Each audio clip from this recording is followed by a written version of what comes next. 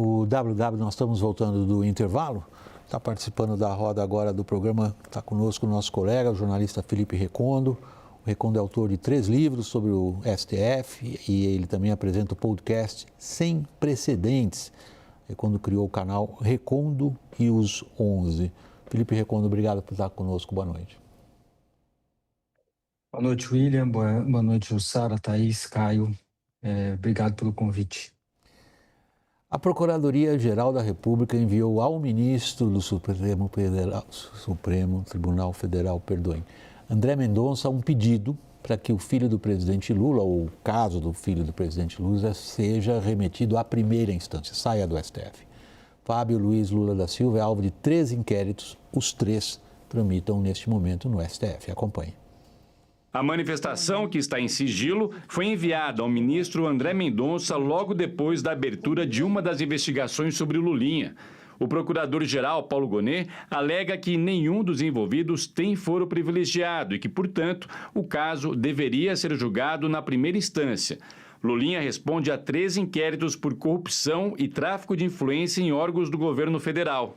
Um deles investiga um contrato milionário entre uma empresa e a Dataprev. Em outro caso, a polícia investiga pagamentos de R$249 mil da lobista e amiga de Lulinha, Roberta Luxinger, para o ex-chefe de gabinete pessoal de Lula, Marco Aurélio Ribeiro, Marcola. A suspeita é de que o Lulinha e a lobista tenham atuado na tentativa de venda ao Ministério da Saúde de medicamentos à base de canabidiol da empresa de Antônio Carlos Camilo Antunes, o careca do INSS. O contrato não foi fechado. Todos negam ter cometido algum crime. Antônio Camilo está preso preventivamente, apontado como um dos principais operadores das fraudes em descontos dos aposentados. Um terceiro inquérito tem relatoria do ministro Flávio Dino e está sob sigilo.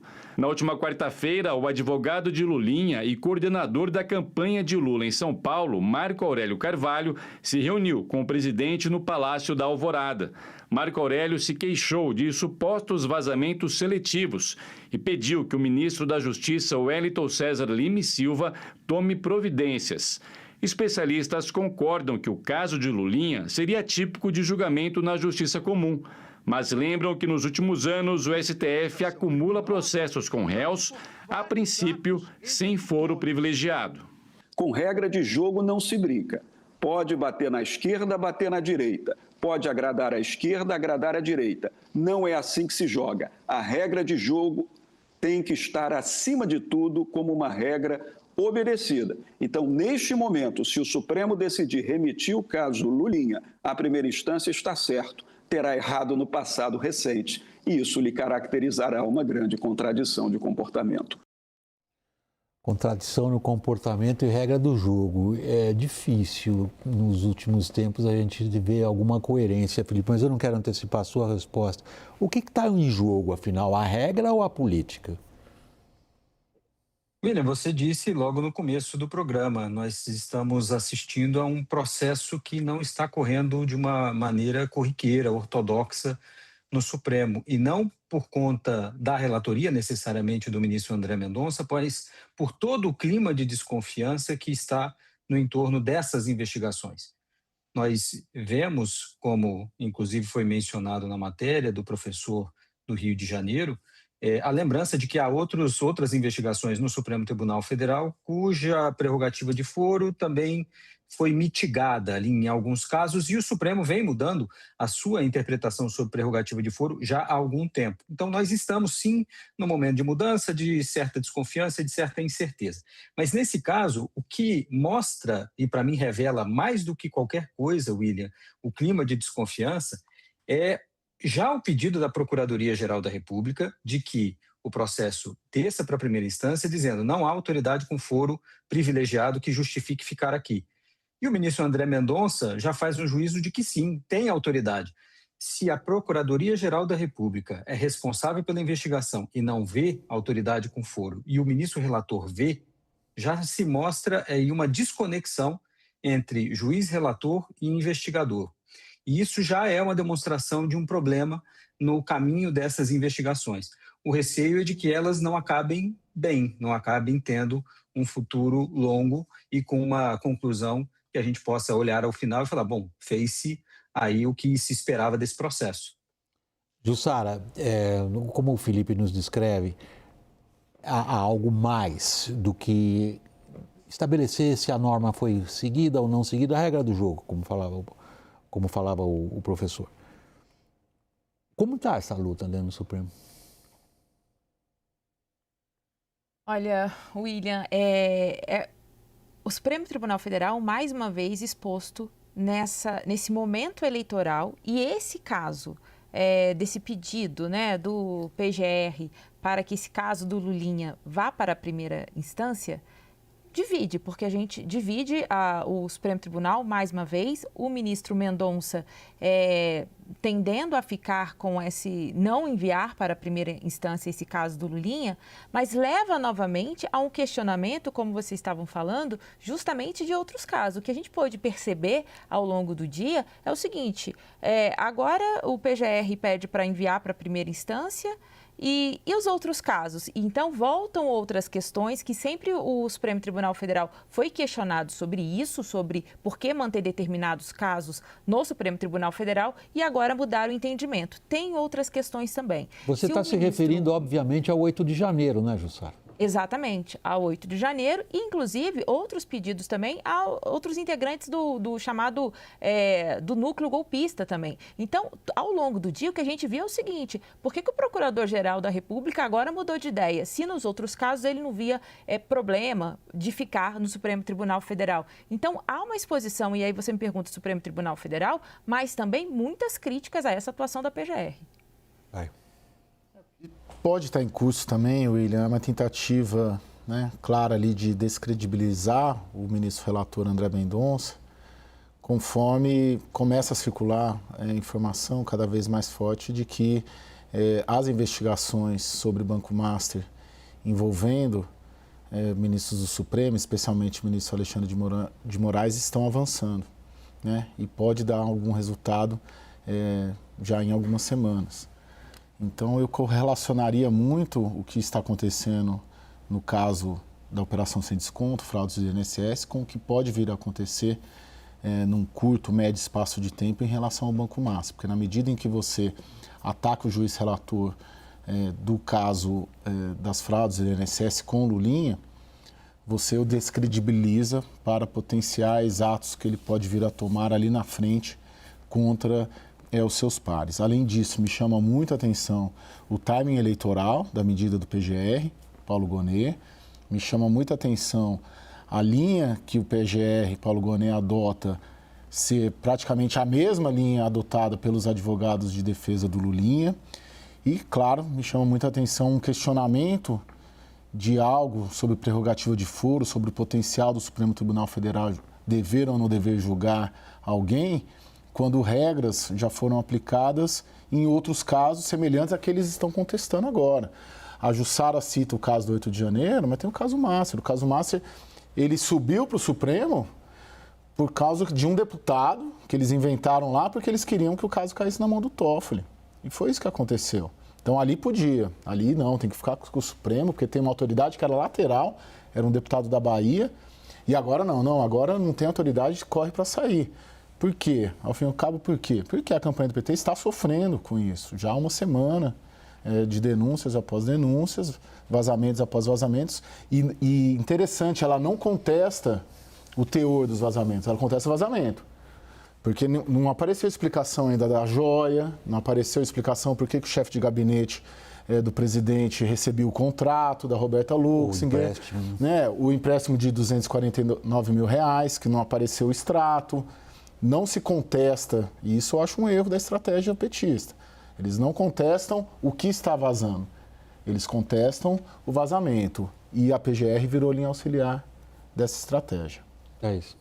Eu posso fazer uma pergunta para o Recondo? Porque vamos aproveitar a expertise dele. Vou aproveitar que você está aqui, Recondo, e você acompanha de perto. Eu queria a sua percepção sobre essa guerra lá dentro, essa batalha lá dentro. Você acompanha o Supremo há muitos anos. O ministro André Mendonça é um personagem diferente, de natureza diferente, personalidade diferente de outros ministros do STF que a gente já acompanha há tantos anos. Então, eu queria ouvir a tua avaliação ali, levando em consideração a personalidade das pessoas e os casos que estão envolvidos nessa batalha. Thaís, a sua pergunta é bem interessante porque, para além daquela metáfora das 11 ilhas que já caracteriza o Supremo, desse isolamento, né, e de os ministros não serem parceiros em todos os julgamentos, tem um adicional em relação ao ministro André Mendonça. Ele é mais isolado dentro do tribunal naturalmente, pela forma como foi nomeado, vamos lembrar, né, foi nomeado pelo presidente Bolsonaro, que dizia que ia indicar para o tribunal alguém terrivelmente evangélico, por alguns posicionamentos dele em julgamentos já no passado. Eu vou lembrar, inclusive, esse caso do 8 de janeiro, quando julgado no plenário, antes de migrar para a turma, para o julgamento das ações penais. No primeiro julgamento do 8 de janeiro, André Mendonça ficou isolado. Ele votou pela condenação, ao contrário do ministro Nunes Marques, que votou pela absolvição. O ministro André Mendonça votou pela condenação, mas por uma pena bem mais baixa. E a maioria acabou votando naquela pena mais alta que foi mantida depois nos julgamentos da turma. Ele ficou isolado. E tem vários outros casos que ele vai ficando isolado nesse sentido.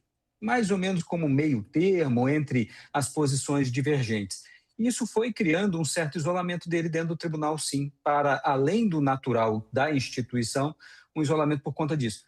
E quando ele herda essa investigação que era do ministro Dias Toffoli, estava com o ministro Dias Toffoli, cresce uma grande desconfiança em relação a ele, exatamente por esse isolamento e por uma percepção de que com ele não teria uma composição, uma possibilidade de composição. Tanto é, fazendo aqui uma inconfidência, que o ministro Toffoli, quando perde a relatoria do caso, disse que achou irônico que talvez o governo esperasse que tivesse algum controle pressionando para tirar o processo da sua relatoria, e aí quando ele viu o sorteio e a relatoria com André Mendonça, ele disse, se o governo queria controle, acabou de perder completamente. E o ministro André Mendonça vai tocar esse processo da forma como ele acha que deve tocar. E a forma como ele acha que deve tocar não é a mesma que um grupo majoritário dentro do tribunal pensa que deveria ser, como a Procuradoria-Geral da República também pensa que deveria ser, ou a Polícia Federal.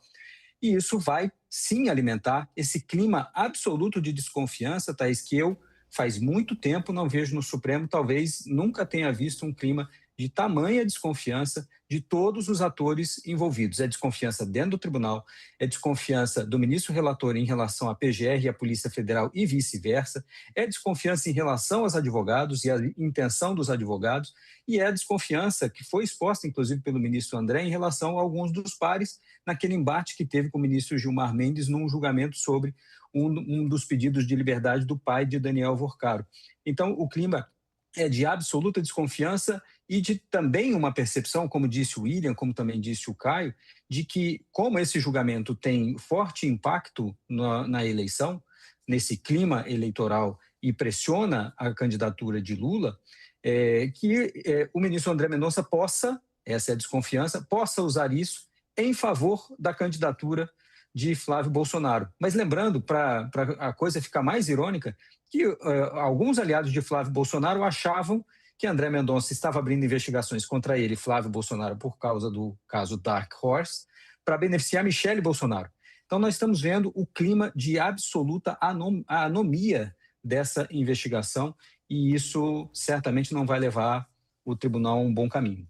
Gustavo, eu vou pedir tua licença. Anomia, a palavra que você acabou de usar, Felipe, é gravíssima em sociologia. Significa ausência da norma e do respeito a qualquer tipo de convivência regulada. Agora, aparentemente, se as coisas prosseguem como tem até aqui, prosseguido na linha do tempo, nós vamos provavelmente mais cedo do que se pensa ver o tribunal confrontado com um pedido de investigação de um dos seus integrantes.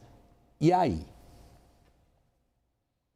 Bom, essa é daquelas coisas que nós não temos precedentes, né? Não para menos que o podcast que você mencionou que eu criei é sem precedentes, exatamente para a gente ver o que do tribunal é comum e o que não é. Esse é um ponto que vai certamente dividir o plenário, e eu, sinceramente, William, acho que, nesse caso, novamente, o ministro André Mendonça, a depender dos elementos que traga, vai ficar isolado. E isso pode gerar um rompimento que ele não é curável, um rompimento que não é curável. A gente tem que lembrar que o ministro André Mendonça menciona que há autoridade com foro por prerrogativa de função nesta investigação de Lulinha, não sabemos ainda quem é, mas hoje mesmo foi publicado no jornal, se não me engano, no jornal Estado de São Paulo, o nome do ministro Nunes Marques, por exemplo, também relacionado a um advogado que a Roberta Luxinger menciona, etc. Então, a gente ainda não sabe exatamente também o que é isso. Claro, um processo sob sigilo, a gente não vai saber exatamente quem são as pessoas investigadas, passamos por isso, passamos ainda agora por isso, não só no passado, mas como agora no presente, no caso do inquérito de fake news. Não sabemos também quem são as pessoas investigadas. Então, no momento em que puder aparecer o nome de um ministro do Supremo, nós vamos ver o estremecimento total do Supremo Tribunal Federal, esse conflito interno, sabemos das possibilidades que se aventam sobre quem seria ou quem poderia ser investigado, mas tem um ponto, William, Thaís, Caio e Jussara, que quem denuncia é o Procurador-Geral da República. E não adianta o ministro, ou qualquer ator que esteja envolvido, querer envolver ou levar determinada investigação adiante se a Procuradoria-Geral da República não concordar. Então, nesse momento de desconfiança, e por isso que eu usei, inclusive, como você mencionou, William, a palavra anomia, é necessário que haja uma concertação entre os atores, cada um com sua função, evidentemente, mas que possa haver um diálogo mínimo institucional para saber onde essa investigação chega. Imagine só, William, se o nome de um ministro do Supremo, qualquer que seja ele, aparece nessa investigação, sem os indícios necessários para levar esse assunto adiante, gera uma desconfiança sobre esse ministro, a Procuradoria-Geral da República não vê indício suficiente, Paulo Gonet passa a ser acusado de ser alguém que não quer levar as investigações contra o Supremo Tribunal Federal adiante, André Mendonça passa a ser alvo de desconfiança interna dos seus colegas. Assim, o cenário não é positivo. O melhor cenário seria que houvesse um saneamento desse processo, mas não é isso que a gente está vendo e, sinceramente, não é isso que eu espero.